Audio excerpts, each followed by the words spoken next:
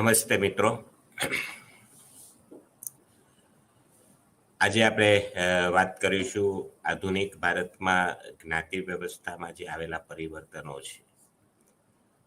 ગઈકાલે એની શરૂઆત કરી હતી અને એમાં ચર્ચા કરી કે સ્વતંત્ર ભારતમાં ઉદ્ભવેલા કેટલાક નવા પરિબળોના પરિણામે જે પરંપરાગત જ્ઞાતિ વ્યવસ્થા હતી એ જ્ઞાતિ વ્યવસ્થામાં આમૂલ પરિવર્તનો આવ્યા છે. ઘણો બધો બદલાવ આવ્યો છે.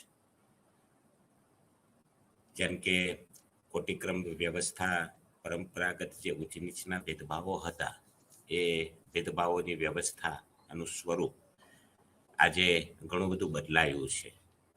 આ ઉપરાંત જે જ્ઞાતિપંચનું જે સ્વરૂપ હતું પરંપરાગત, એ જ્ઞાતિપંચની જે કામ કરવાની જે પદ્ધતિ હતી પરંપરાગત, એ પદ્ધતિ અથવા તો એમની જે રીત અથવા તો ઢબ જે હતી એ ઢબની અંદર પણ ઘણા બધા પરિવર્તનો આવ્યા છે. આજે જ્ઞાતિપંચ જે છે એ વિકાસના કામો તરફ વળ્યું છે. પોતાના જ્ઞાતિના વિકાસ, પોતાની જ્ઞાતિનો વિકાસ થાય એવા પ્રકારના કાર્યો આજે કરી રહી છે. શહેરીકરણ થયું, ઉદ્યોગીકરણ થયું, એના પરિણામે જે પરંપરાગત જ્ઞાતિમાં જે ખાનપાન અને સંપર્ક પરના જે પ્રતિબંધો હતા એ પ્રતિબંધો હવે શહેરીકરણના પરિણામે હવે ટકી શક્યા નથી. એટલે એમ કહી શકાય કે એનું સ્વરૂપ બદલાયું છે. શું ખાવું, કેવું ખાવું એ અંગેના વૈજ્ઞાનિક ખ્યાલો પણ વિકસ્યા છે. કોના હાથનું ખાવું એ અંગેના જે પરંપરાગત ખ્યાલો હતા, કાચું ભોજન, પાકું ભોજન, કોના હાથનો ખોરાક ખવાય અને ન ખવાય, એવા પ્રતિબંધો આજે શહેરીકરણના પરિણામે આજે ટક્યા નથી. આપણે મોટી મોટી હોટલોમાં કે રેલવે સ્ટેશન કે મોલમાં આપણે જઈએ તો કોણ ચા બનાવે છે, કોણ રસોઈ બનાવે છે, કઈ જ્ઞાતિનો છે અને કોણ આવીને કઈ જ્ઞાતિનો વ્યક્તિ કોની સાથે બેસીને જમે છે, કોઈને કશી જ ખબર હોતી નથી. એટલે ખાનપાન અને સંપર્ક પરના જે પ્રતિબંધો છે એ પણ આજે બદલાયેલા જોવા મળે છે. આપણે જજમાની વ્યવસ્થાની વાત કરી હતી કે પરંપરાગત જ્ઞાતિ વ્યવસ્થામાં જુદી જુદી જ્ઞાતિઓ સેવાના સંબંધોથી જોડાયેલી હતી. પોતપોતાનો વંશ પરંપરાગત જે વ્યવસાય કરે છે અને વ્યવસાય કરીને અન્ય જ્ઞાતિઓની એ જરૂરિયાતો પૂરી પાડે છે અને એની પાછળનો ઉદ્દેશ એ કમાવાનો નહોતો પરંતુ સેવાનો હતો. પોતાની ફરજ સમજીને પોતાની વ્યવસાય કરતા હતા. આજે હવે આ સેવાના સંબંધોમાં કરારી તત્વો પ્રવેશ્યા છે. કોઈ વ્યક્તિ પોતાનો વ્યવસાય કરે છે તો વ્યવસાયના અંતે એ કામ પૂરું થાય એટલે તરત એ પોતાના કામનો બદલો રોકડ સ્વરૂપે માગી લે છે. ગઈકાલે આપણે ઉદાહરણ આપ્યા હતા મેં કે દરજી હોય તો કપડાં સીવે તો તરત જ એની જે મજૂરીના પૈસા તરત માગી લેવા. દરજી હોય, લુહાર હોય, સુથાર હોય, જે કારીગરી જ્ઞાતિઓ છે, પોતાનો વ્યવસાય એની પાછળનો એનો હેતુ આજે બદલાયો છે. આજે રોકડ સ્વરૂપમાં એ પોતાનું વળતર લઈ લે છે. ચીજ વસ્તુઓના સ્વરૂપમાં વળતર લેવાનો ખ્યાલ આજે બદલાયો છે. એટલે કે જજમાની વ્યવસ્થામાં પરિવર્તન આવ્યું છે. છેલ્લે આપણે ચર્ચાનો મુદ્દો હતો આંતરજ્ઞાતીય લગ્ન વ્યવસ્થા. તો જે પરંપરાગત જે જ્ઞાતિ વ્યવસ્થાઓ હતી એ જ્ઞાતિ વ્યવસ્થાને ટકાવવાનું કામ એ લગ્ન સંસ્થાઓ દ્વારા થતું હતું. દરેક જ્ઞાતિ એ અંતરવિવાહી જૂથ છે. જ્ઞાતિ પોતાના કુટુંબીજન કે પોતાના કુટુંબના સભ્યો, જ્ઞાતિના સભ્યો પોતાના જ્ઞાતિના વર્તુળમાંથી જ જીવનસાથીની પસંદગી કરી શકતા હતા. જ્ઞાતિથી બહાર વ્યક્તિ નીકળી શકતો નહોતો. આજે પણ અંતરજ્ઞાતીય લગ્ન વ્યવસ્થા આજે પણ ટકી રહેલી જોવા મળે છે. એટલું બધું પરિવર્તન આવ્યું નથી. દરેક વ્યક્તિ પોતાની જ્ઞાતિમાં જીવે છે અને મોટે ભાગે પોતાની જ્ઞાતિમાં જ લગ્ન કરવાનું એટલે કે અંતરવિવાહી જૂથ એનું લક્ષણ આજે પણ બદલાયેલા સમયમાં ટકી રહેલું છે. એટલું બધું પરિવર્તન આવ્યું નથી. પણ રાજ્યના કાયદાઓ, હિન્દુ મેરેજ એક્ટ અને બીજા ઘણા બધા કાયદાઓના પરિણામે અંતરલગ્નને કાનૂની માન્યતા મળી છે. બીજી જ્ઞાતિમાં લગ્ન મળે તો એને કાનૂની અને સપોર્ટ, એને કાનૂની રક્ષણ મળે છે, આર્થિક વળતર મળે છે, એને પ્રોત્સાહિત કરવામાં આવે છે. એટલે ધીમે ધીમે એમાં બદલાવ શરૂ થયો છે. પહેલાના સમયની અંદર જીવનસાથીની પસંદગી કરવાની એમ કે સ્વતંત્રતા બાળકોને નહોતી. કમસે કમ આજે માતા પિતા પોતાના બાળકોને પૂછતા થયા છે. પોતાના બાળકો બીજા લાયકાતના ધોરણે બીજી જ્ઞાતિમાં જો પાત્રની પસંદગી કરે તો એ અપનાવતા થયા છે. એટલે કે સહિષ્ણુતા, એને ચલવી લેવાનું વલણ ધીમે ધીમે આજે વિકસતું જાય છે. આધુનિક યુગની અંદર જે મા બાપો છે એ સ્વીકારતા થયા છે કે અન્ય જ્ઞાતિમાં પણ દીકરો કે દીકરી લગ્ન કરે, પરંતુ એને પસંદ હોય તો કરે, એમાં કશો જ વાંધો નથી, એવું સ્વીકારતા થયા છે. એટલે કે સહિષ્ણુતા, લિબરલ બનતા થયા છે, સહિષ્ણુતા વિકસી છે. એટલે એમાં ઓછો બદલાવ આવ્યો છે, પરંતુ બદલાવની શરૂઆત એમાં પણ થયેલી આપણને જોવા મળે છે. નાગરિક અને ધાર્મિક જે અસમર્થતાઓ હતી, એ ખાસ કરીને અસ્પૃશ્યતાની ઢબ હતી, એ અસ્પૃશ્યતાની ઢબ આજે ઘણી બધી બદલાઈ છે. અસ્પૃશ્યતા નાબૂદ થઈ છે એવું તો કહી ન શકાય. આજે પણ બદલાયેલા સ્વરૂપે અસ્પૃશ્યતા ઘણી બધી જ્ઞાતિઓમાં, ઘણા બધા સમુદાયોમાં આજે પણ ટકી રહી છે, પણ એની ઢબ બદલાઈ છે. પહેલા જે રૂઢિચુસ્ત અસ્પૃશ્યતા હતી એ અસ્પૃશ્યતા આજે નથી. જેમ કે જાહેર રસ્તા ઉપર ચાલવા ઉપર પ્રતિબંધ, તો આજે જાહેર રસ્તા ઉપર કાયદા, કાનૂન અને જાગૃતિ અને સમાજ સુધારણાના કાર્યક્રમો, બંધારણ, સ્વતંત્રતા, સમાનતા જેવા મૂલ્યો, આ બધા પરિબળોની અસરના પરિણામે હવે કોઈ વ્યક્તિને જાહેર જગ્યાઓ ઉપર કે જાહેર રસ્તા ઉપર ચાલવા માટે એના ઉપર રોક કોઈ લગાવી શકતું નથી, એને કોઈ રોકી શકતું નથી.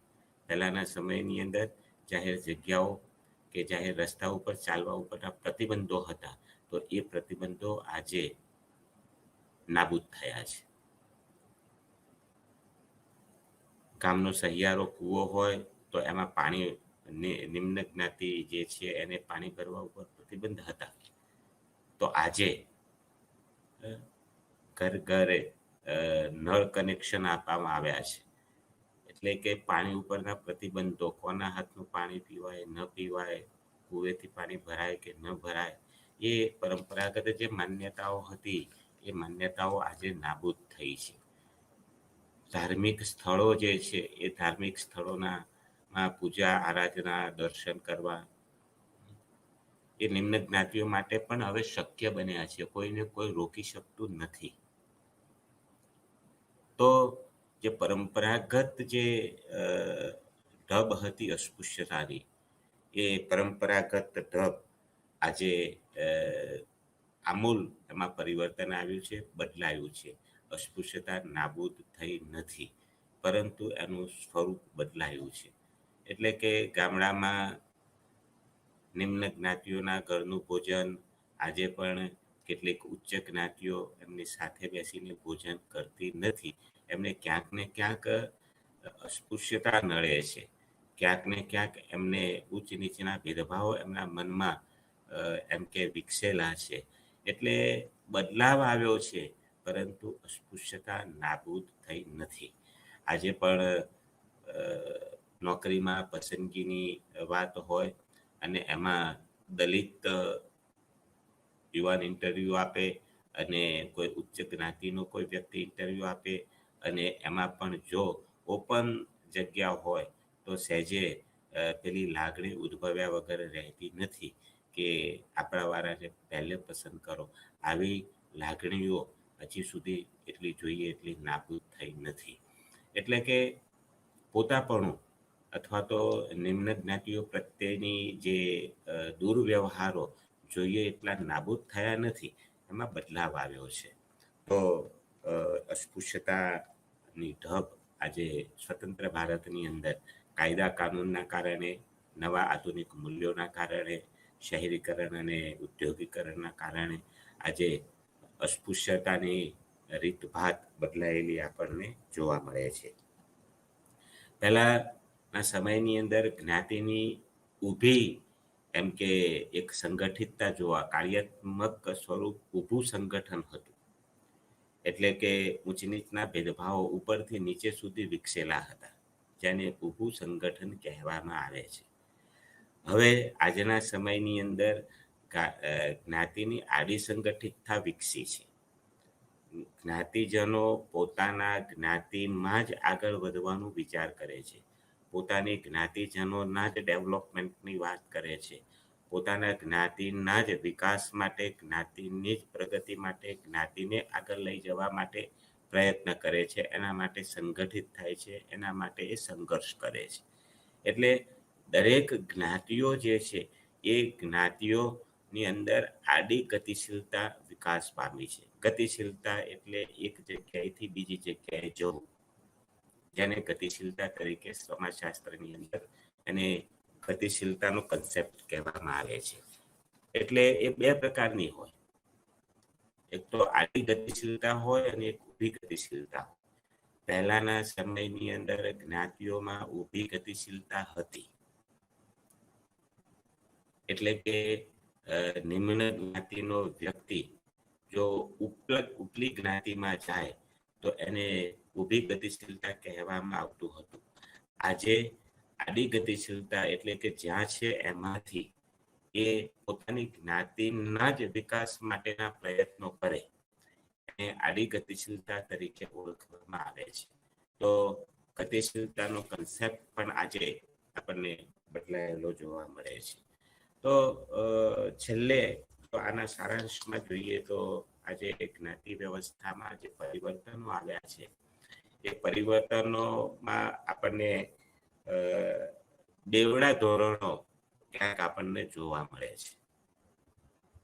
બેવડા ધોરણો એટલે કે એ પ્રકારના ધોરણો કે બોલવું છે કંઈક અને વ્યવહારમાં કરવું છે કંઈક, જેમાં ઘણો બધો તફાવત છે. જ્યારે વ્યક્તિ જાહેરમાં બોલતો હોય એટલે જ્ઞાતિવાદનો વિરોધ કરે છે, જ્યારે સ્ટેજ ઉપરથી બોલતો હોય એટલે જ્ઞાતિવાદનો વિરોધ કરે છે. જ્ઞાતિહીન સમાજ હોવો જોઈએ. લગ્ન અંગેની વાત કરતો હોય ત્યારે એ આંતર લગ્ન વ્યવસ્થાનો વિરોધ કરે છે. બધી જ જ્ઞાતિઓ સરખી છે એવી વાતો કરે છે. ધર્મની વાત કરે એટલે બિન સાંપ્રદાયિકતાની વાત કરે છે. તો જાહેરમાં બોલવામાં અને વ્યવહારમાં અમલ કરવામાં બેમાં ઘણો બધો તફાવત જોવા મળે છે.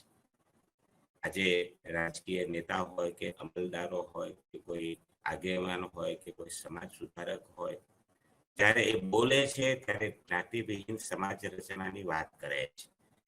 જ્યારે પોતાના અંગત જીવનમાં અમલ કરવાનો વાત આવે છે ત્યારે જ્ઞાતિના ધોરણો મજબૂત બને એવી વાત કરે છે. ફોર એક્ઝામ્પલ, દાખલા તરીકે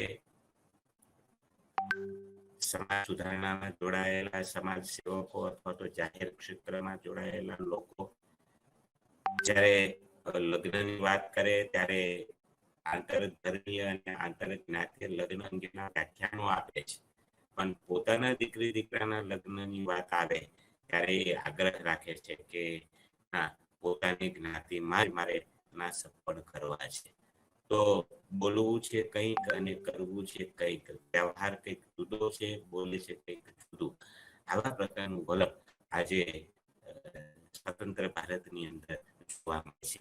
આમ છતાં પણ એકંદરે સ્વતંત્ર ભારતની અંદર બ્રિટિશ યુગથી શરૂ થઈને સ્વતંત્ર ભારત સુધી જ્ઞાતિ વ્યવસ્થાની અંદર આમૂલ પરિવર્તનો આવેલા આપણને જોવા મળે છે.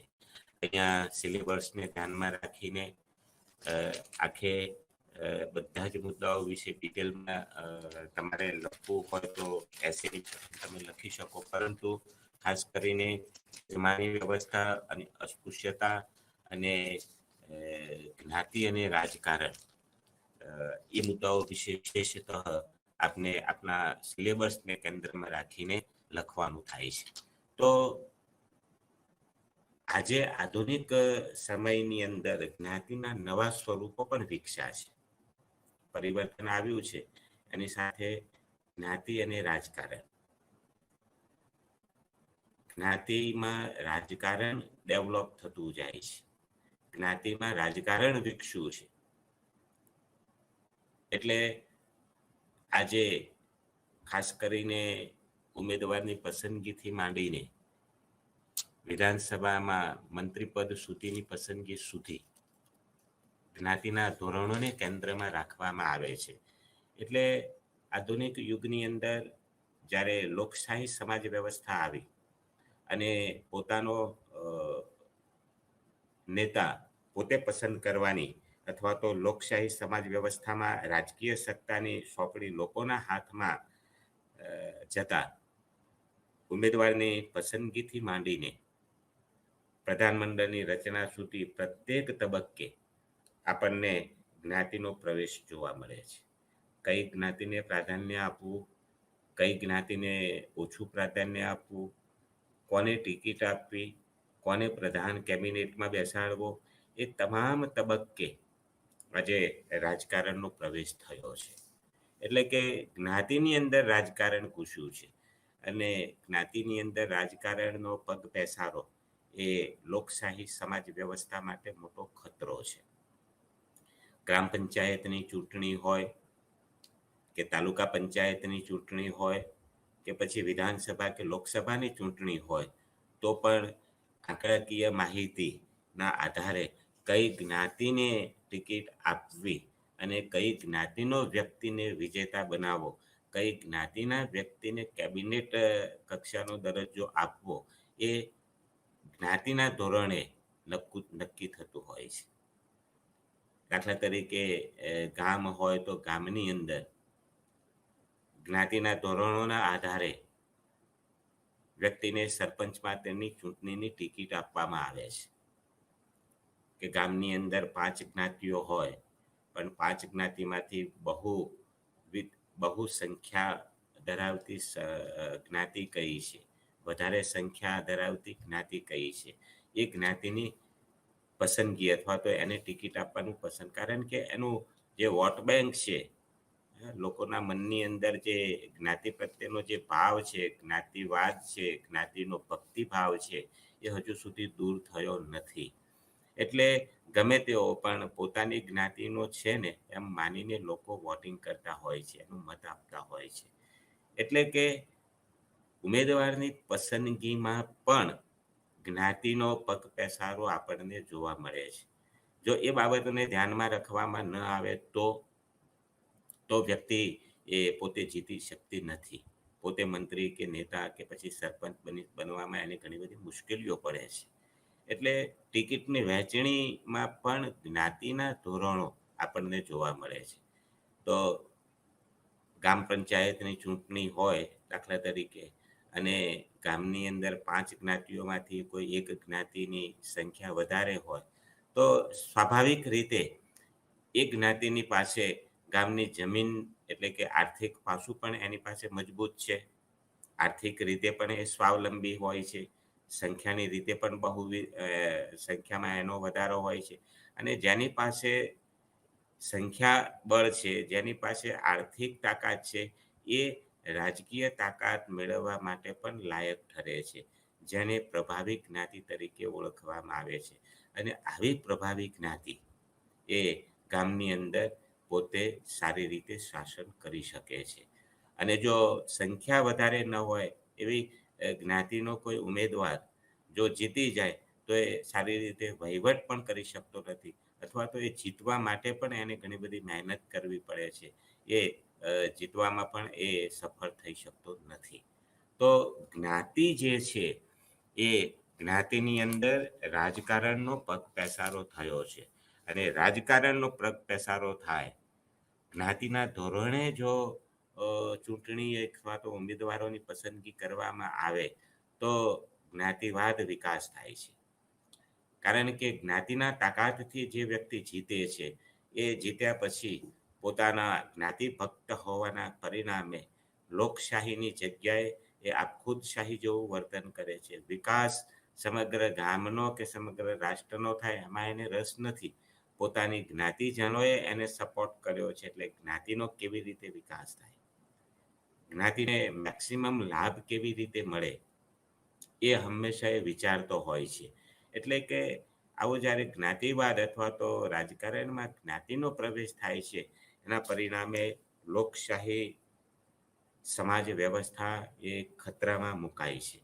અને આવું ન બને એના માટે સમગ્ર સમાજે ચિંતા કરવાની જરૂર છે. લોકશાહી સમાજ વ્યવસ્થાને મજબૂત બનાવવા માટે લોકોએ જાગૃત થવાની જરૂર છે. જો જ્ઞાતિવાદ અથવા તો જ્ઞાતિના ધોરણે જ જો સત્તાની સોંપણી કરવામાં આવે, ઉમેદવારની પસંદગી કરવામાં આવે, તો સમાજ જે છે એ પહેલાંની જેમ એ જુદા જુદા ખંડોમાં વિભાજિત થઈ જશે. સમગ્ર સમાજનો વિકાસ જે છે એ વિકાસ સમરૂપ એટલે એક સરખો વિકાસ નહીં થાય, પરંતુ એક સમુદાયનો વિકાસ થાય, બીજો સમુદાય જે છે વિકાસથી વંચિત રહે, સમાજમાં અસમાનતાઓ ઊભી થાય, સમાજમાં સંઘર્ષો ઊભી થાય, અને સમાજની અંદર ભેદભાવો ફરીથી ઉદ્ભવે છે, સંઘર્ષો પેદા થાય છે. અને આપણે જોઈએ છીએ કે ગ્રામ પંચાયતની ચૂંટણીની અંદર મોટે ભાગે સંઘર્ષો થાય છે. સંઘર્ષો એટલા માટે થાય છે કે જ્ઞાતિના ધોરણે મતદાન, જ્ઞાતિના ધોરણે ઉમેદવારની પસંદગી, અને કોઈ એક જ્ઞાતિ મજબૂત હોય એટલે બીજી જ્ઞાતિ ઉપર અત્યાચારો થાય. તો આ વાતાવરણ જો નાબૂદ કરવું હોય તો, અને લોકશાહીને જો મજબૂત બનાવવું હોય તો સમાજને જ્ઞાતિવિહીન સમાજ વ્યવસ્થા બનાવવી પડે. અને એ માટે કેટલાક ઉપાયો સમાજશાસ્ત્રીઓ દ્વારા સૂચવવામાં આવ્યા છે. કાયદા અને બંધારણે તો જ્ઞાતિવિહીન સમાજ રચનાની ઘોષણા કરી છે. ક્યાંય કાયદો જ્ઞાતિને સપોર્ટ કરતો નથી. કાયદાની અંદર જ્ઞાતિવિહીન સમાજ રચનાને સપોર્ટ કરવામાં આવ્યો છે. બંધારણે પણ સમાનતા, સ્વતંત્રતા, બંધુતા જેવા મૂલ્યોને પ્રાધાન્ય આપ્યું છે. પરંતુ આ મૂલ્યોને મજબૂત કરવા, કાયદાને મજબૂત કરવા માટે લોક જાગૃતિ ખૂબ જરૂરી છે. લોકોની સભાનતા, લોકોમાં સાચી સમજ આવે એ પ્રમાણેના કાર્યક્રમો કરવા, લોકોમાં જાગૃતિ લાવવી એ ખૂબ જરૂરી છે. તો જ્ઞાતિ નાબૂદી માટે અથવા તો જ્ઞાતિમાં જે આવી અસમાનતાઓ જોવા મળે છે, અથવા તો જ્ઞાતિમાં જે રાજકારણ ઘૂસ્યું છે અને એના પરિણામે જે પ્રશ્નો ઊભા થયા છે, એ પ્રશ્નોને નાબૂદ કરવા માટે અને હલ કરવા માટે, સમસ્યાઓને સમાધાન માટે જ્ઞાતિવિહીન જે વિચારસરણી છે એ જ્ઞાતિવિહીન વિચારસરણીને મજબૂત કરવા માટે ખાસ કરીને સંચાર માધ્યમો દ્વારા લોક શિક્ષણ આપવાની જરૂરિયાત છે. કારણ કે સમાજની અંદર સૌથી મજબૂત જો પાસું હોય તો એ સંચાર માધ્યમો છે. સમાજને બદલવાનું કામ જો કરી શકતા હોય ને જેની પાસે એ તાકાત છે, સમાજને બદલવાની જેની પાસે જબરજસ્ત તાકાત છે, તો એ છે સંચાર માધ્યમો. કારણ કે સંચાર માધ્યમો જે છે એ સમાજનો અરીસો છે. સમાજની વાતને વાચા આપે છે. સમાજનું ચિત્ર લોકો સમક્ષ મૂકી શકે છે. સાચી વાત લોકો સમક્ષ મૂકી શકે છે. અને એ રીતે મૂકે છે કે લોકોને એ વાત ગળે સુધી ઉતરે છે, લોકોને સાચી લાગે છે. એટલે સંચાર માધ્યમો જે છે એ સંચાર માધ્યમોએ લોક શિક્ષણ ને પ્રાધાન્ય આપવાની જરૂરિયાત છે. લોકશાહી સમાજ વ્યવસ્થા અથવા તો લોકશાહીના મૂલ્યોનો પ્રચાર અને પ્રસાર સારી રીતે થાય એ માટે સંચાર માધ્યમોએ એની આગેવાની લેવાની જરૂર છે. સંચાર માધ્યમોએ આગળ આવવાની જરૂર છે. દાખલા તરીકે ટીવી સિરિયલો, ટેલિવિઝન દ્વારા સિરિયલો એ પ્રમાણે પ્રસ્તુત કરવામાં આવે કે લોકોમાં જ્ઞાતિ અથવા તો પછાતપણા અથવા તો અસ્પૃશ્યતા અથવા તો જ્ઞાતિવાદ એ કેવી રીતે સમાજ માટે નુકસાનકારક છે, સમાજને કેવી રીતે નુકસાન કરે છે, એ દરેક વ્યક્તિ સમજી શકે. એટલે ટીવી સિરિયલો દ્વારા એવી કંઈક સિરિયલો બનાવવામાં આવે, પ્રચાર પ્રસાર કરવામાં આવે કે લોકોને સાચી સમજ આવે. ન્યૂઝપેપરો એ પણ એક સંચાર માધ્યમનું એક મજબૂત એકમ છે. એમાં પણ લોકશાહીની વાતો અથવા તો જે પૂર્તિ આવે છે એની પૂર્તિની અંદર પણ એવા આર્ટિકલ મૂકવામાં આવે તો ભણેલા લોકો વાંચીને એનામાં સાચી સમજ કેળવાય. તો આ સંચાર માધ્યમો છે એ ટેલિવિઝન કે પછી દૂરદર્શન હોય કે પછી પ્રિન્ટ મીડિયા હોય કે નવલકથા ને છાપા ને ચોપાનિયા ને સામાયિકોને એની અંદર જ્ઞાતિવિહીન સમાજ રચનાની વાત કરવામાં આવે તો લોકો એ જુએ, એ વાંચે અને એનું લોકશિક્ષણ થાય અને ધીમે ધીમે જાગૃત થવાથી લોકોમાં ઉત્તમ, સારા, બિનસાંપ્રદાયિકતા અને લોકશાહી મૂલ્યો એ અપનાવતા થાય તો કદાચ જ્ઞાતિવિહીન જે સમાજ રચનાની જે બંધારણમાં જે વાત કરવામાં આવી છે એ શક્ય બની શકે. એટલે સંચાર માધ્યમોએ એની આગેવાની લેવાની જરૂરિયાત આજે છે. બીજું, કાયદાનો સમયાંતરે નવા નવા જે કાયદાઓ બને છે એ કાયદાઓ પણ જ્ઞાતિવિહીન સમાજ રચના બને એ અંગેના રાજ્ય સરકારે અને ભારત સરકારે કાયદાઓ બનાવવા જોઈએ. અને કાયદાઓ બન્યા પછી કાયદાઓનો ચુસ્ત અમલ કરવો જોઈએ. કાયદો છે પરંતુ કાયદો જો અપંગ હોય, પાંગરો હોય તો સમાજ ઉપર એની કોઈ પ્રભાવ, ઇફેક્ટ એટલી જોઈએ એટલી પડતી નથી. એટલે કાયદાનો અમલ કરાવનાર વ્યક્તિઓ પણ ચુસ્ત અને તટસ્થતાથી કામ કરે. અસ્પૃશ્યતાની ઘટના બની હોય તો અસ્પૃશ્યતા માટેની જે કંઈ કલમો છે એ કલમો લાગુ પાડીને એ વ્યક્તિને શિક્ષા થાય તો બીજી વખત એ કિસ્સાને ધ્યાનમાં રાખીને એ વ્યક્તિ તો એવું વર્તન નહીં કરે પરંતુ બીજા લોકો પણ એમાંથી લોક શિક્ષણ લેશે, એમાંથી સમજ કેળવશે કે આ વર્તન કરવાથી કાયદાની રીતે આપણે ગુનેગાર બનીએ છીએ. માટે કોઈકનો હક છીનવવો, કોઈક વ્યક્તિને એમ કે અપશબ્દો બોલવા, કોઈક વ્યક્તિને નુકસાન કરવું, જ્ઞાતિના ધોરણે એને નુકસાન કરવું એ કાયદાની રીતે આપણે ગુનેગાર છીએ. માટે આવું વર્તન ન જ થાય આવી રીતે કાયદાઓ બનાવવા જોઈએ અને કાયદાઓનો અમલ પણ તટસ્થતાથી થવો જોઈએ. તો જ્ઞાતિવિહીન સમાજ રચનાની કલ્પના આપણે પૂરી થઈ શકે. આંતરજ્ઞાતીય લગ્નો કાયદાની રીતે હમણાં પણ વાત કરી કે કાયદાની રીતે તો આંતરજ્ઞાતીય લગ્ન વ્યવસ્થા છે સ્વીકૃત વ્યવસ્થા છે.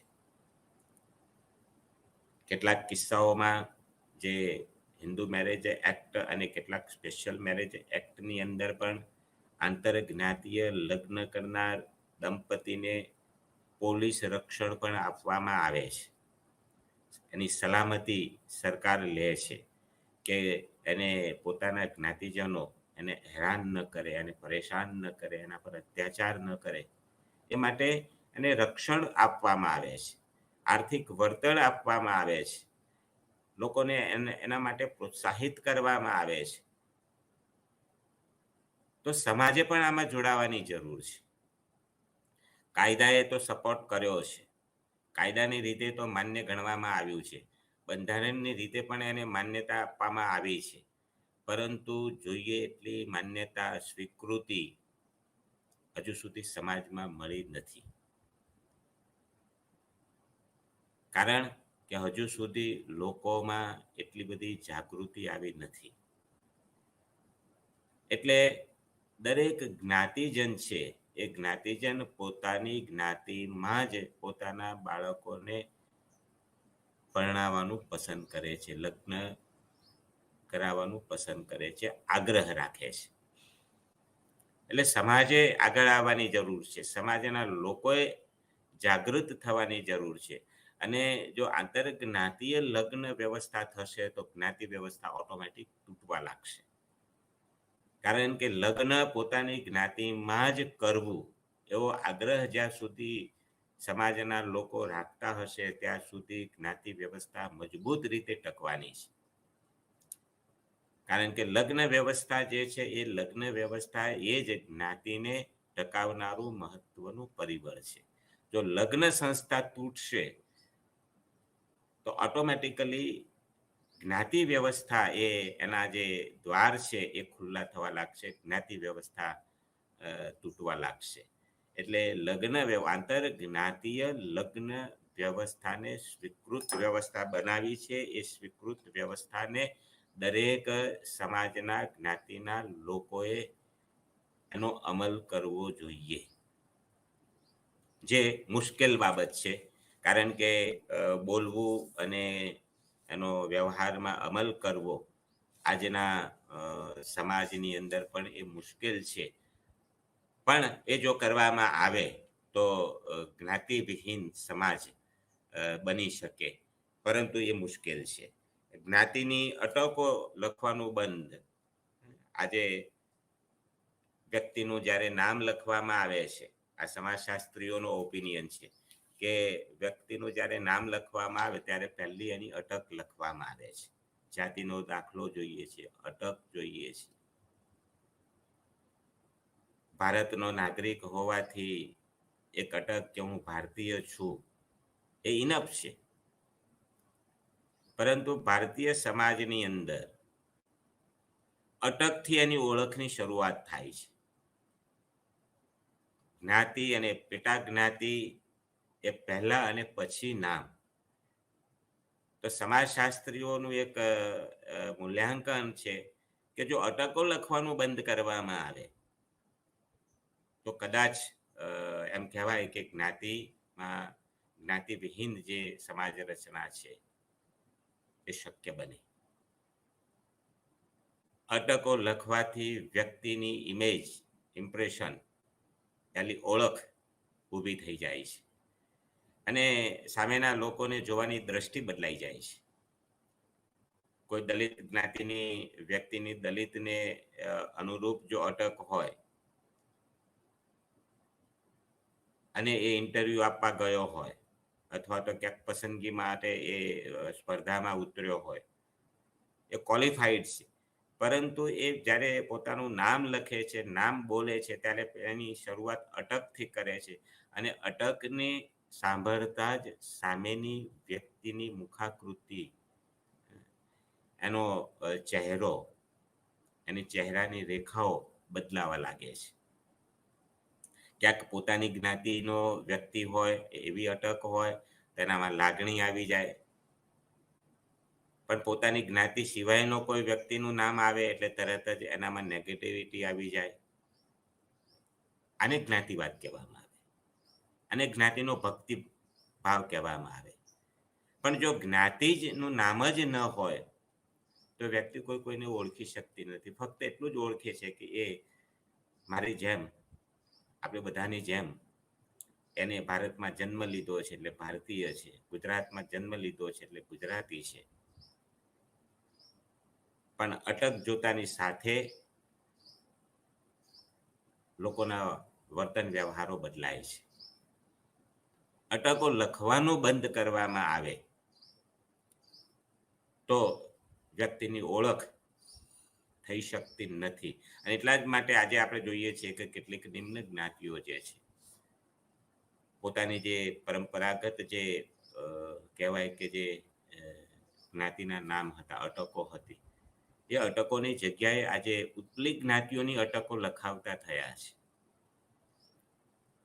દલિત કે અનુસૂચિત જાતિનો વ્યક્તિ હોય તો એ વ્યક્તિ આ નામની આગળ પટેલ લખાવે, શાહ લખાવે, અથવા તો એની બીજી કોઈ પણ અટક લખાવે, જેથી કરીને એની છબી, એની છાપ જાહેરમાં એ નિમ્ન જ્ઞાતિનો છે એવું લોકોને લાગે નહીં. એટલા માટે અટક હવે જે ઉપલી જ્ઞાતિઓ જે અટકો લખાવે છે એવી અટકો લખાવતા થયા છે. એનો અર્થ એ થયો કે વ્યક્તિને પોતાની જ્ઞાતિ છુપાવી છે. કારણ કે જ્ઞાતિનું નામ લખવાથી એની તરફનો દ્રષ્ટિકોણ લોકોનો બદલાઈ જાય છે. હવે એ દ્રષ્ટિકોણનો ભોગ કોઈ વ્યક્તિએ બનવું નથી, અને માટે પોતાની અટક છુપાવે છે. તો છુપાવા કરતા તો એવું કરવામાં આવે કે અટક લખવાનું જ બંધ કરી દેવામાં આવે. તો જ્ઞાતિમાં જે જ્ઞાતિના જે વ્યવહારો જે છે, અથવા તો નિમ્ન જ્ઞાતિઓ પ્રત્યેના જે વ્યવહારો છે એ કદાચ બદલાઈ શકે. એમ.એન. શ્રીનિવાસે જ્યારે સંસ્કૃતિકરણનો ખ્યાલ આપ્યો, તમારે કોઈ સિલેબસમાં આવે છે સંસ્કૃતિકરણ, કે નિમ્ન જ્ઞાતિઓ જે છે એ નિમ્ન જ્ઞાતિઓ જે ઉપલી જ્ઞાતિઓ જે છે એ ઉપલી જ્ઞાતિઓના જેવા બનવા માટેનો પ્રયત્ન કરે, જેથી કરીને નિમ્ન જ્ઞાતિઓએ એની ઉપરના અત્યાચારો અથવા તો દુર્વ્યવહારથી એમને એમાંથી મુક્તિ મળે. તો નિમ્ન જ્ઞાતિઓ જે છે ઉપલી જ્ઞાતિઓના એમ કે નામ ધારણ કરે, એમના જેવું બનવું છે, જેથી કરીને ઉપલી જ્ઞાતિઓના વ્યવહારો બદલાય. એને સંસ્કૃતિકરણ કહેવાય.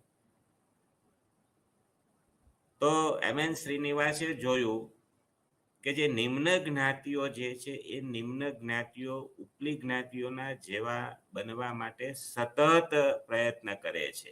એક વખત પ્રયત્ન કર્યો પછી છોડી નહીં દેવાનું, સતત એનું અનુકરણ કરવાનું, જેથી કરીને એમને પેલી પરંપરાગત જે અપરાધો જે થઈ રહ્યા છે એમાંથી મુક્તિ મળે. ઉપલી જ્ઞાતિઓ જે જ્ઞાતિઓના નામો હોય, અટક હોય એવી અટકો લખાવે. ઉપલી જ્ઞાતિના લોકો જે રીતે જીવન જીવતા હોય એવી રીતે પોતાની જીવન શૈલી પણ વિકસાવે.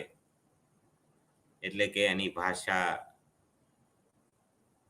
એમનો પહેરવેશ,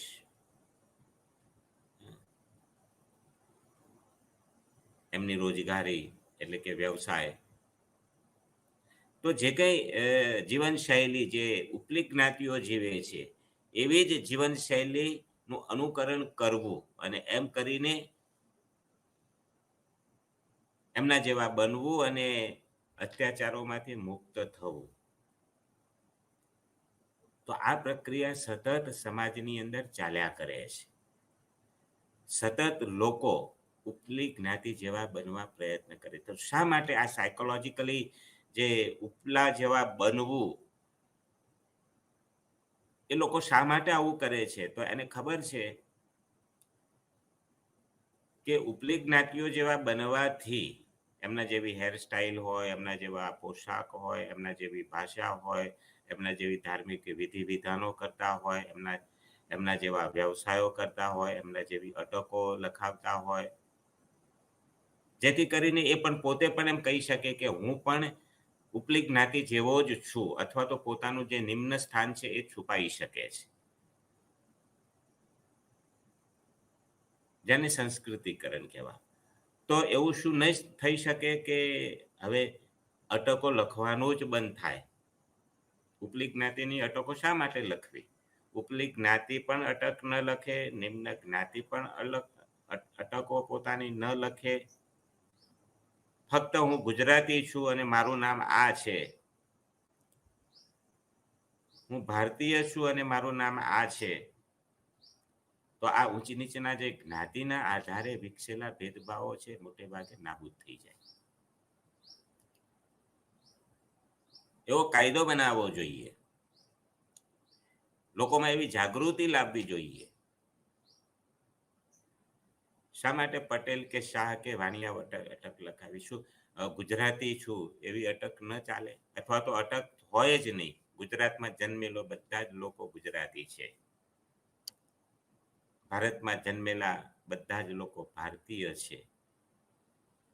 ભારતીય એ અટક અને પેટા અટક જે છે સ્ટેટની લાગતી હોય એ, જ્ઞાતિ અને પેટા જ્ઞાતિ, અટક અને કામ મુશ્કેલ છે. પરંતુ જો જ્ઞાતિવિહીન સમાજ રચનાની જો કલ્પના કરવી હોય તો સમાજશાસ્ત્રીઓનો એક ઓપિનિયન, ઘણા બધા સમાજ ચિંતકોનો જે ઓપિનિયન છે કે અટકો લખવાનું બંધ કરવું જોઈએ, જેથી કરીને વ્યક્તિની અટકના આધારે જે નિમ્ન કે ઉચ્ચની જે ઓળખ થઈ જાય છે ઓળખ ન થાય. બીજું, રચનાત્મક કાર્યક્રમો કરવા, ચીલાચાલુ નહીં પરંતુ કંઈક નવું કરવું. સમાજમાંથી જ્ઞાતિને દૂર કરવી હોય તો સમાજના લોકોને જ્ઞાતિની માનસિકતામાંથી, જ્ઞાતિવાદી માનસિકતામાંથી બહાર લાવવા માટે કંઈક રચનાત્મક કાર્યક્રમો કરવા, કંઈક ઉપયોગી કાર્યક્રમો કરવા, કંઈક નવું કંઈક કરવું. ચીલાચાલુ, પરંપરાગત એ સિવાય કંઈક નવું, ઇનોવેટિવ કંઈક વિચારવું. અને એ જવાબદારી સોશિયલ મીડિયાની છે, એ જવાબદારી શિક્ષિત લોકોની છે, એ જવાબદારી સમાજ સુધારકોની છે, એ જવાબદારી રાજકીય નેતાઓની છે. કંઈક રચનાત્મક કરવું કે જેથી કરીને લોકોમાં જાગૃતિ આવે.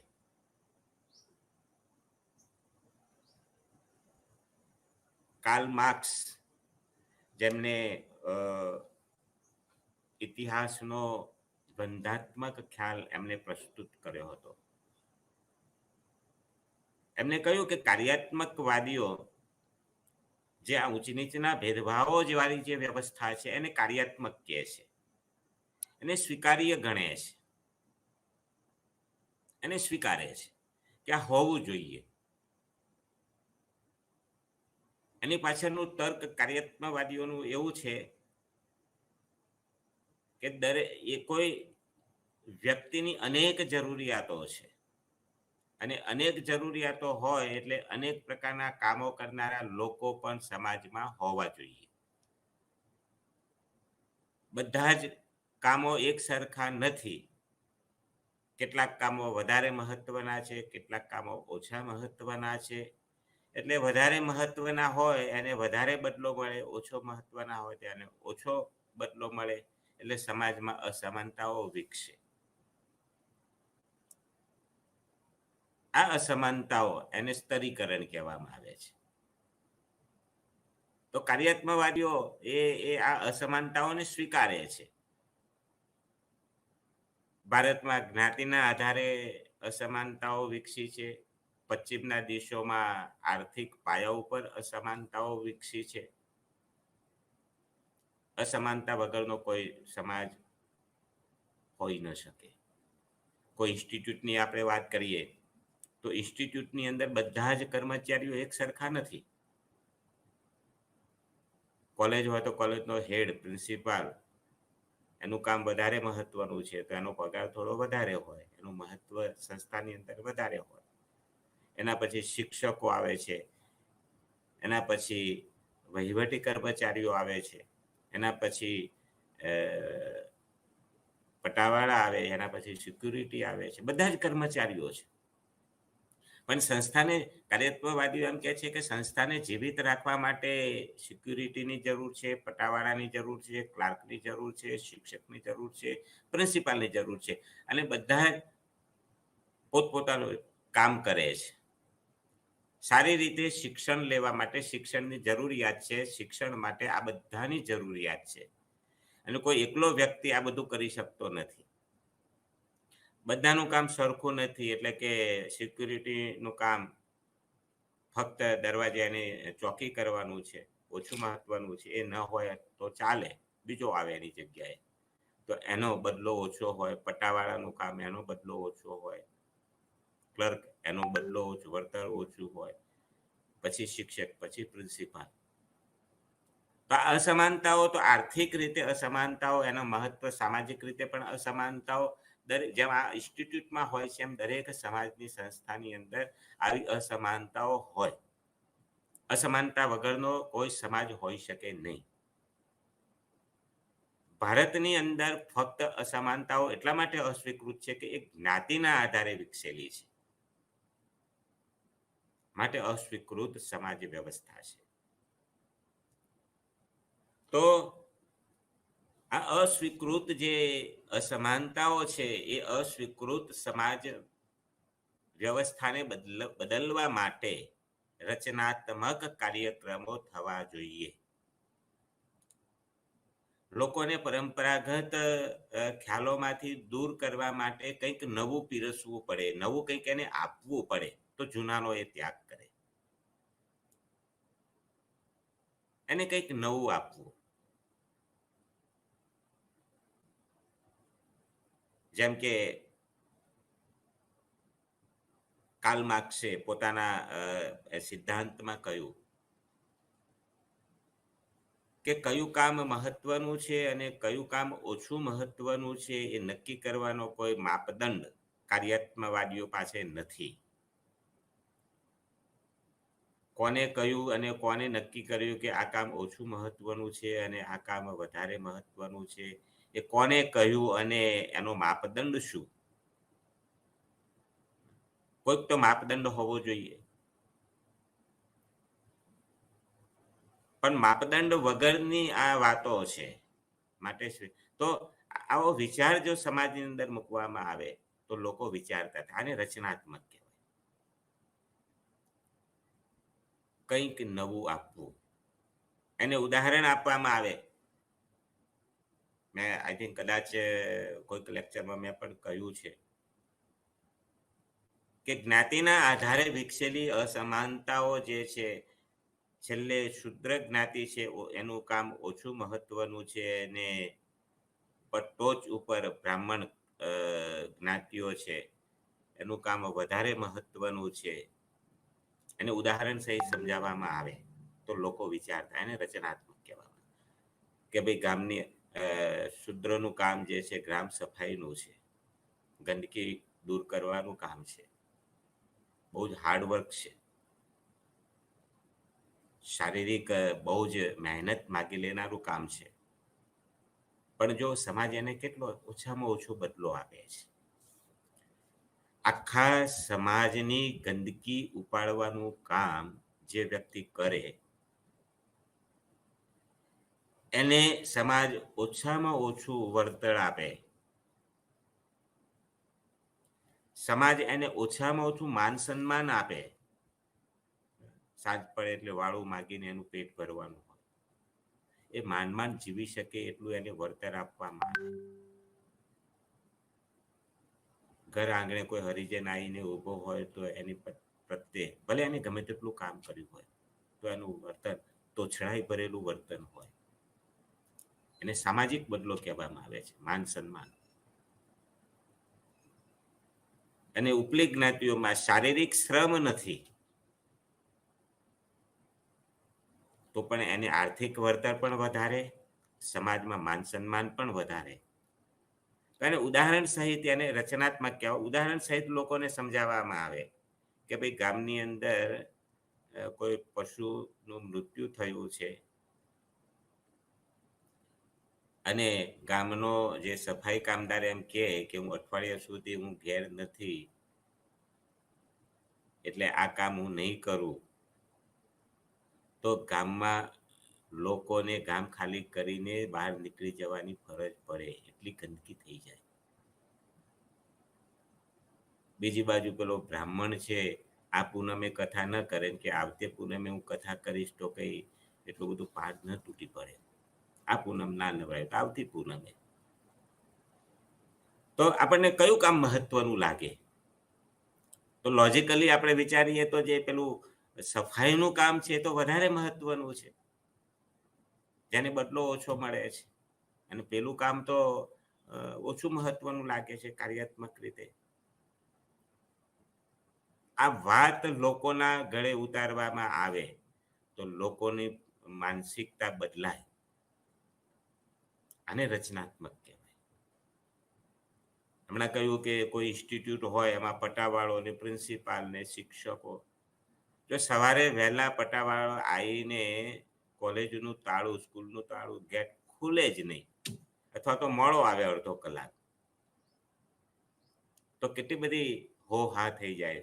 બાર છોકરાઓ ધમાલ કરી મૂકે, મીડિયાની અંદર નેગેટિવ સમાચાર આવી જાય. અને પ્રિન્સિપલ અડધો કલાક મોડો આવે તો કઈ એટલું બધું બહુ ફરક નથી પડતો. ગેટ ખુલ્લો છે, સંસ્થા ચાલુ છે, છોકરાઓ ક્લાસરૂમમાં ગોઠવાઈ જાય છે. તો એમ લાગે કે પેલા પ્યુનનું કામ મહત્વનું લાગે છે કે પેલા સૌથી ટોપ ઉપર છે એનું કામ મહત્વનું લાગે છે. તો આ નક્કી કોને કર્યું? એના માપદંડ શું છે? કાર્લ માર્ક્સ કહે છે કે કોઈ માપદંડ નથી. કોને નક્કી કર્યું છે એ પણ નક્કી નથી. વડમાંથી ટેટો કે ટેટામાંથી વડ, એનો જવાબ શોધવો બહુ મુશ્કેલ છે. એમ અહીંયા પણ કોનું કામ મહત્વનું છે અને કોનું કામ ઓછું મહત્વનું છે એનો માપદંડ નથી. અને લોકવાયકાની રીતે કેટલાક સ્થાપિત હિતોએ કહ્યું અને સમાજની અંદર એ ગોઠવાઈ ગયું. સમાજમાં સ્વીકૃત વ્યવસ્થા બની ગઈ. એનો કોઈ આધાર નથી. તો એ આધાર વગરની વાતો છે, એમાં બદલાવ લાવવો જોઈએ. અને એ બદલાવ લોક શિક્ષણથી, એ બદલાવ રચનાત્મક કાર્યક્રમો કરીને, એ બદલાવ સંચાર માધ્યમો દ્વારા સાચી સમજ લોકોને આપીને, આ બદલાવ રાજ્ય અને ભારત સરકારના કાયદાઓનું તટસ્થતાપૂર્વક એનો અમલ કરીને એ લાવી શકાય. તો જ્ઞાતિ વિહીન સમાજ રચનાની જે બંધારણની જે કલ્પના છે, એ કલ્પના કેટલેક અંશે આપણે હાંસલ કરી શકીએ. તો જ્ઞાતિ વિશેની આટલી ચર્ચા કર્યા બાદ આપણે એના પછીનો જે મુદ્દો છે, કારણ કે સમાજશાસ્ત્ર, ભારતનું સમાજશાસ્ત્ર, ભારતના સમાજશાસ્ત્રની અંદર ભારતના જે કેટલાક મહત્વના જે કહી શકાય એ ઇન્સ્ટિટ્યૂટ, સંસ્થાઓ, એનો સમજવી ખૂબ જરૂરી છે. એટલે ઇન્ડોલોજિકલની રીતે પુરાતત્વ વિજ્ઞાન જે છે એ પણ સમજવું પડે. ભારતમાં ટ્રાઇબ, કેટલીક ટ્રાઇબ કાસ્ટ અથવા તો ટ્રાઇબ ઇન્સ્ટિટ્યૂટ છે, એની કેટલીક આગવી સમસ્યાઓ છે, એનું આગવું સ્ટ્રક્ચર છે, એના આગવા લક્ષણો છે, એ ટ્રાઇબને પણ સમજવું પડે. અને ભારતને જો સમજવું હોય તો ભારતનું ગામડું, કારણ કે ભારત જે છે એ ગામડાઓમાં વસનારો દેશ છે. ભારતનું ગામડું અને એટલું જ મહત્વનું છે ભારતની શહેરી વ્યવસ્થા, ભારતના શહેરો, નગર અને મહાનગર. નગર અને મહાનગરમાં શું સામ્યતા છે અને શું તફાવત છે, એનો પણ અભ્યાસ કરવો પડે. તો એ મુદ્દાઓ, એ સિવાયનો મુદ્દો છે જ્યારે આપણે સંસ્થાની વાત કરીએ છીએ, એટલે એના પછીની જે સંસ્થા છે, જે છે કુટુંબ સંસ્થા અથવા તો કુટુંબ વ્યવસ્થા. કુટુંબ એ પાયાની સંસ્થા છે. જ્ઞાતિનો આધાર કુટુંબ સંસ્થા ઉપર છે. તો કુટુંબ જે છે એ માનવ સમાજનો આધાર છે. માનવ સમાજની ઉત્પત્તિ, માનવ સમાજનું ટકાઉપણું એ કુટુંબ ઉપર આધારિત છે. એ ભારતીય સમાજ હોય, પશ્ચિમનો સમાજ હોય, આદિમ સમાજ હોય કે આધુનિક સમાજ હોય, દરેક સમાજમાં કુટુંબ એક સાર્વત્રિક સંસ્થા છે. કુટુંબ વગર કોઈ સંસ્થા હોઈ શકે નહીં. સમાજે સમયે કુટુંબનું સ્વરૂપ જુદું જુદું હોઈ શકે. જેમ જ્ઞાતિમાં બદલાવ આવે છે એ રીતે કુટુંબમાં પણ સમયાંતરે બદલાવ આવી શકે.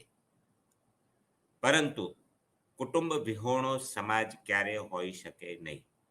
એટલે માનવ સમાજને ટકાવવા માટે, માનવ સમાજને સાતત્ય માટે ખૂબ મહત્વની સંસ્થા એ કુટુંબ સંસ્થા છે. કુટુંબ છે તો માનવ સમાજ છે. કુટુંબ ન હોય તો માનવ સમાજ અને પશુ સમાજની વચ્ચે કોઈ તફાવત ના રહે. કારણ કે કુટુંબ જ માણસને માણસ બનાવે છે. કુટુંબમાં જ વ્યક્તિ જન્મ લે છે. જો કુટુંબ ન હોય તો સંતતિ પેદા કરવી, નવી જન્મનાર વ્યક્તિને સામાજિક પ્રાણી બનાવવું, એને સામાજિક જ્ઞાન આપવું, સમાજ સાથે જોડવું, એ શક્ય બનતું નથી. માટે કુટુંબ છે એ સમાજના, માનવ સમાજના સાતત્ય માટે અને અસ્તિત્વ માટે એક પાયાની સંસ્થા તરીકે ઓળખવામાં આવે છે. કુટુંબની વ્યાખ્યાઓ અનેક સમાજશાસ્ત્રીઓએ પોતપોતાની રીતે વ્યાખ્યા એને આપવા માટે પ્રયત્ન કર્યો છે. અને આપણે બધા જ કુટુંબના સભ્ય છીએ, જ્ઞાતિના સભ્ય છીએ. પરંતુ કેટલીક વખતે આપણે જ્ઞાતિમાં જીવીએ છીએ, એમ છતાં જ્ઞાતિની વ્યાખ્યા આપણને યાદ નથી.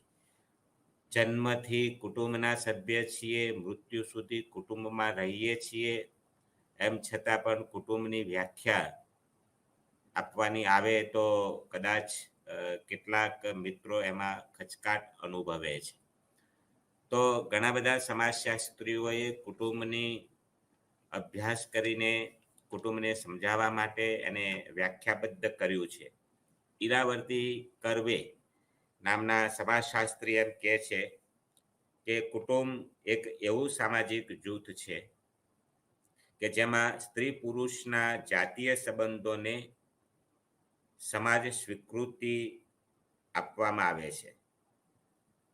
જાતીય સમાજોને સમાજ સ્વીકૃતિ ગણવામાં આવે છે. અને લગ્ન, સંતાનોક્તિ તથા વંશના આધાર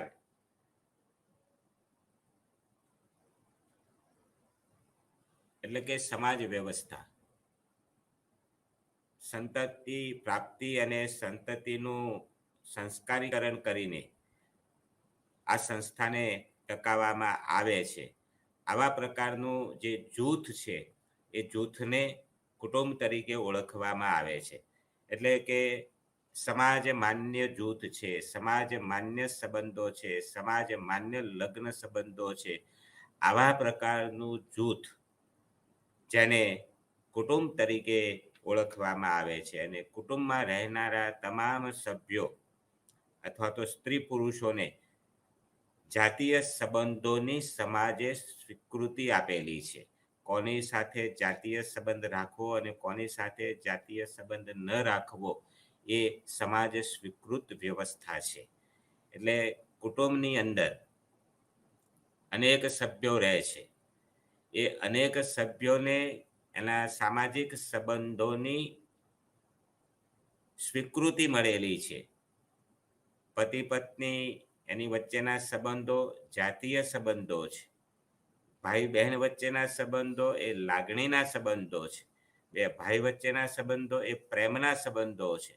તો આવા લાગણીના સંબંધો, જાતીય સંબંધો, આર્થિક વ્યવહારના સંબંધો, સામાજિક સંબંધો, ધાર્મિક સંબંધો જે કુટુંબમાં હોય છે એને સમાજે સ્વીકૃતિ આપેલી છે. અને આવા સમાજ સ્વીકૃત સંબંધો ધરાવનારું જૂથ જેને કુટુંબ તરીકે ઓળખવામાં આવે છે.